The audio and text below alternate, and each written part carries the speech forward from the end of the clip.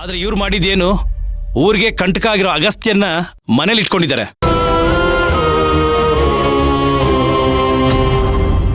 ನಮ್ಮೆಲ್ರಿಗೂ ಆದಿತ್ಯ ಅಂತ ಹೇಳಿ ಮೋಸ ಮಾಡಿದ್ರು. ಹಾಗ್ ನೋಡೋದಾದ್ರೆ ಭಕ್ತಿಗೂ ನಿಮ್ಗೂ ಏನು ವ್ಯತ್ಯಾಸ ಇಲ್ಲ ಬಿಡಿ. ಇಷ್ಟು ದಿನ ನಾವು ಕಣ್ಮುಚ್ಚಿ ನಿಮ್ನ ನಂಬ್ತಿದ್ವಿ. ನೀವು ಹೇಳಿದ್ದನ್ನ ಪ್ರಶ್ನೆ ಮಾಡದೆ ಒಪ್ಕೊಳ್ತಿದ್ವಿ. ಅಷ್ಟೇ ಯಾಕೆ, ನಮ್ಮ ರಾಯರ್ನ ನಿಮ್ಮಲ್ಲೇ ನೋಡ್ತಿದ್ವಿ ನಾವು.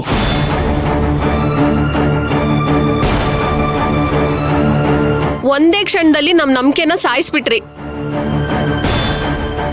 ಮಗನ್ ಬುದ್ಧಿ ಹೇಳಿ ವಾಪಸ್ ಕಳ್ಸಿದಿದ್ರೆ ನೀವು ನಮ್ಗೆ ದೇವರಾಗ್ಬಿಡ್ತಿದ್ರಿ ಅಮ್ಮವ್ರೆ. ಇದನ್ನೆಲ್ಲ ನೋಡ್ತಾ ಇದ್ರೆ ನಮ್ಗೆ ನಮ್ಮನ್ನ ಉಪಯೋಗಿಸ್ಕೊಂಡ್ಬಿಟ್ರಿ ಅನ್ನಿಸ್ತಾ ಇದೆ ಅಮ್ಮವ್ರೆ. ಇಲ್ಲ, ದಯವಿಟ್ಟು ನನ್ ಜಾಗದಲ್ಲೂ ನಿಂತ್ಕೊಂಡು ಸ್ವಲ್ಪ ಯೋಚನೆ ಮಾಡಿ. ನೀವು ನಮ್ ಬಗ್ಗೆ ಯೋಚನೆ ಮಾಡಿಲ್ಲ ಅಂದ್ಮೇಲೆ ನಾವ್ಯಾಕೆ ಯೋಚನೆ ಮಾಡ್ಬೇಕಮ್ಮವ್ರೆ?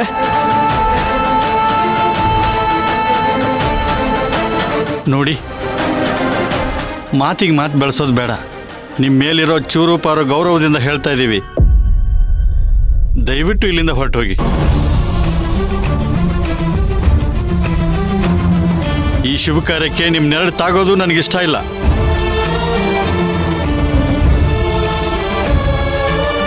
ನಮ್ಮ ಮಗುಗೆ ನಿಮ್ಮಿಂದ ಅಪಶಕುನ ಆಗೋದು ಬೇಡ.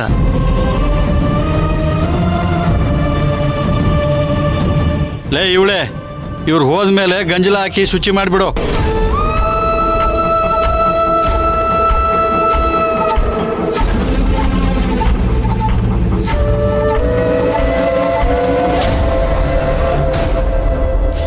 ಯಾಕೆ ರಾಜಣ್ಣ ಗಂಜಲ ಇಲ್ಲ?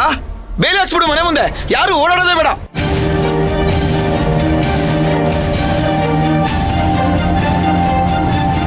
ಏನ್ ಶ್ರೀಕಾಂತ ನೀನು? ನಿನ್ ತಂಗಿ ಅಷ್ಟು ಮೋಸ ಮಾಡಿದ್ರು ನಾನು ನನ್ನ ಮನೆ ವಿಚಾರದ ಬಗ್ಗೆ ಮಾತಾಡ್ತಿಲ್ಲ.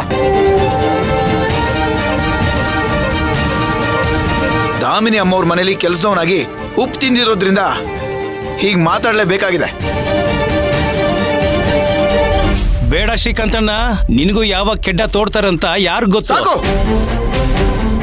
ಯಾರು ಮರ್ಯಾದೆ ಇಲ್ಲದೆ ಮಾತಾಡ್ಬೇಡಿ.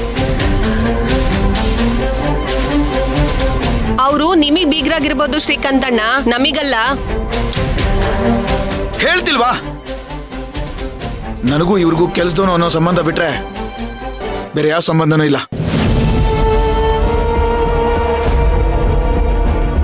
ಯಾಕೆ ಅವತ್ತು ಭಕ್ತಿ ನಮ್ಮ ಪಾಲಿಗಿಲ್ಲ ಅಂತ ಚಿಕ್ಕಪ್ಪ ತಲೆ ತೊಳ್ಕೊಂಡಿರೋದು ಗೊತ್ತಿಲ್ವಾ ನಿಮ್ಗೆ?